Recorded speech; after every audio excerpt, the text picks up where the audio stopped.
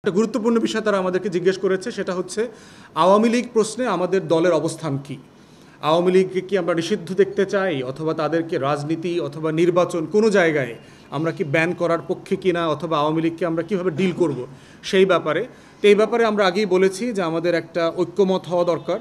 Perhaps জাতীয় ঐক্যমতের commission যেটা আছে, সেই ঐক্যমত কমিশনের মাধ্যমে অংশীজনদের মতামত নেওয়া দরকার। রাজনৈতিক দল এবং আরও যারা গুরুত্বপূর্ণ স্টেক হোল্ডার আছে তাদের মতামতের উপরে ভিত্তি করে একটা সিদ্ধান্তে আসা দরকার যে আওয়ামী লীগের রাজনীতি এবং আওয়ামী লীগকে নির্বাচনে অংশগ্রহণ করতে দেওয়া অথবা পুনর্বাসন করবার ক্ষেত্রে আমাদের জাতীয় মত, আমাদের ঐক্যমতের জায়গাটা কোথায়। প্রয়োজনে এমনও হতে পারে যে রেফারেন্ডাম হতে পারে কি না, আমরা সেটাও বলেছি যে হ্যাঁ, রেফারেন্ডাম হতে পারে, যে আওয়ামী লীগ জাতীয় পার্টি এবং 14 দলের ব্যাপারে আমরা কি করব সেই ব্যাপারে ওনারা আমাদের মতামত জানতে চেয়েছেন। জায়গায় গুরুত্বপূর্ণ জায়গাতে হোয়াইট হাউসে যখন মতামত চাওয়া হয় তখন তারা বাংলাদেশের ব্যাপারে মতামত দিবেন, এবং এই মতামত দেওয়া এবং লেখার ব্যাপারে একটা বড় জায়গা হচ্ছে তাদের অথরিটি, যে তারা বাংলাদেশে ছিলেন, তারা বাংলাদেশ নিয়ে গত কয়েক বছর অ্যাক্টিভলি কাজ করেছেন এবং সর্বশেষ বাংলাদেশ সফর করে গেছেন। এবং বাংলাদেশ সফরে তারা রাজনৈতিক দলের বাইরে যারা অংশীজন আছেন, অন্তর্বর্তীকালীন সরকার, বিভিন্ন গবেষণা প্রতিষ্ঠান, সুধীজন যারা আছেন, তাদের সবার সাথে বসে তারা কথা বলেছেন। এবং এই প্রতিবেদনটা তারা তৈরি করবেন। তাদের প্রকাশনা আছে, সাউথ এশিয়া পার্সপেক্টিভ একটা পত্রিকা আছে, যেখানে তিনি এডিটর অ্যাট লার্জ হিসেবে দায়িত্ব পালন করছেন জন, এবং অ্যাম্বাসেডর মাইলামও সেখানে আছেন। তারা সেখানে লিখবেন এবং বাংলাদেশের পক্ষে যেভাবে মতামত তৈরি করবার সুযোগ আছে তারা সেটা করবেন।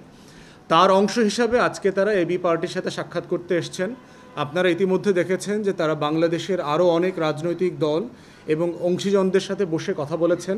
তাদের যে কনসার্ন আছে তারা বোঝার চেষ্টা করেছেন, প্রশ্ন আছে সেগুলো জিজ্ঞেস করেছেন, এবং তারা জানবার চেষ্টা করেছেন যে ভবিষ্যৎ গন্তব্যে বাংলাদেশ আসলে কোথায় যাচ্ছে।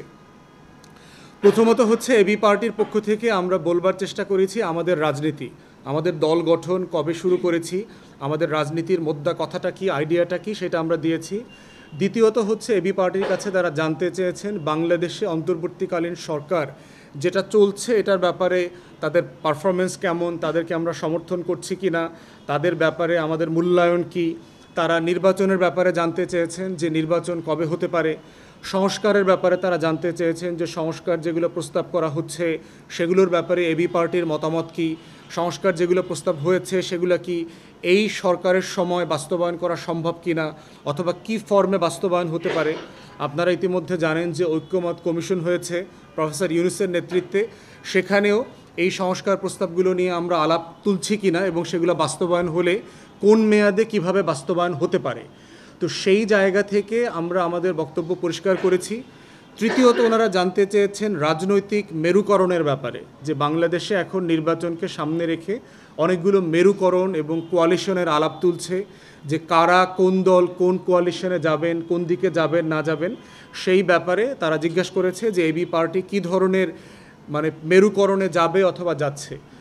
বাংলাদেশের সংসদ নির্বাচনের আগে কি গণপরিষদ গঠিত হওয়া উচিত কিনা সংস্কার কার্যক্রমগুলো বাস্তবায়ন করবার জন্য, অথবা স্থানীয় সরকার নির্বাচন হওয়া উচিত কিনা, সেই ব্যাপারেও তারা এবি পার্টির মতামত জানতে চেয়েছে।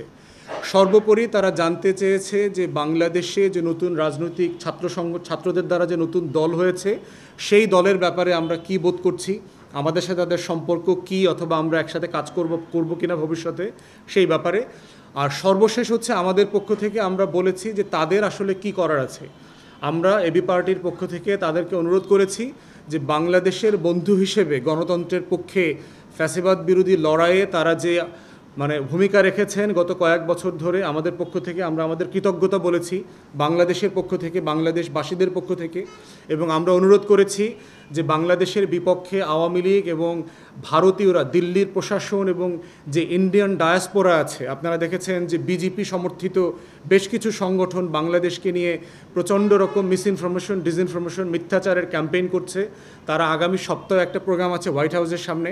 আমরা বলেছি যে আপনারা ফিরে গিয়ে বাংলাদেশের বাস্তবতাটা তুলে ধরবেন কংগ্রেসের সামনে, সিনেটের সামনে, হোয়াইট হাউসে, ওয়াশিংটনে, প্রশাসনের কাছে, যেন বাংলাদেশ নিয়ে দিল্লির মিথ্যাচারের কারণে তারা বাংলাদেশকে অন্য চোখে না দেখে।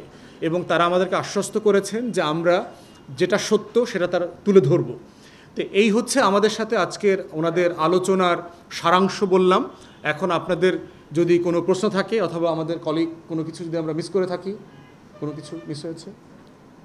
আর এর বাইরে ওনারা আরেকটা বিষয় জিজ্ঞেস করেছেন যে বাংলাদেশে এখন যা কিছু হচ্ছে এই ব্যাপারে কোনো ক্রেডিবল জরিপ করা হচ্ছে কিনা। মানে আমরা আসলে বুঝবার জন্য বিভিন্ন সময় দেখি যে একটা ছোট দলকে দেখানো হচ্ছে সে 30% ভোট পাবে, এটা আসলে প্র্যাকটিক্যালি সম্ভব কিনা, বাস্তব কিনা।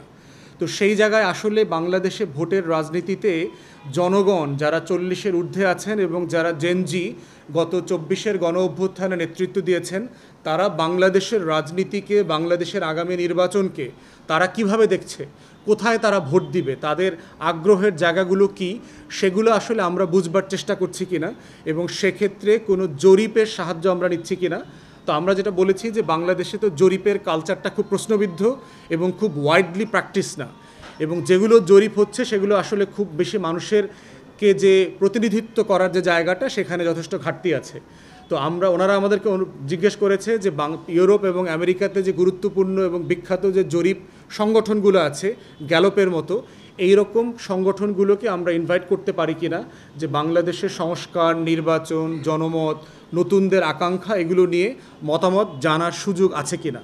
তা আমরা বলেছি এটা একটা ভালো আইডিয়া। আমরা এটা ইন্টারিম অ্যাডমিনিস্ট্রেশন যারা আছেন, সরকারের যারা প্রেসের দায়িত্বে আছেন তাদের সাথেও শেয়ার করব, রাজনৈতিক বন্ধু যারা আছেন আমাদের বিএনপি থেকে শুরু করে এনসিপি, সকল রাজনৈতিক দলগুলোর সাথে আমরা আইডিয়াটা শেয়ার করব যে জরিপের মাধ্যমে বাংলাদেশের আসলের ভবিষ্যতের আকাঙ্ক্ষাটা, ভোটারদের চরিত্র এবং স্বপ্নগুলোকে আমরা ধারণ করতে পারি কিনা। তো এটা ছিল মোটা দাগে আমাদের তরফ থেকে ওনাদের সাথে আলোচনার সারাংশ।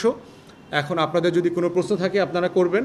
আর গতকালকে নারী দিবস ছিল, আপনারা জানেন যে একটা বাচ্চা মেয়ে রেপড হয়েছে গত কয়েকদিন আগে, খুবই ভয়ঙ্করভাবে তাকে ধর্ষিত করা হয়েছে এবং মেয়েদেরকে নির্যাতন করা নিয়ে আমরা গত 1-2 সপ্তাহ আগেও আপনাদের সামনে আমরা কথা বলেছি।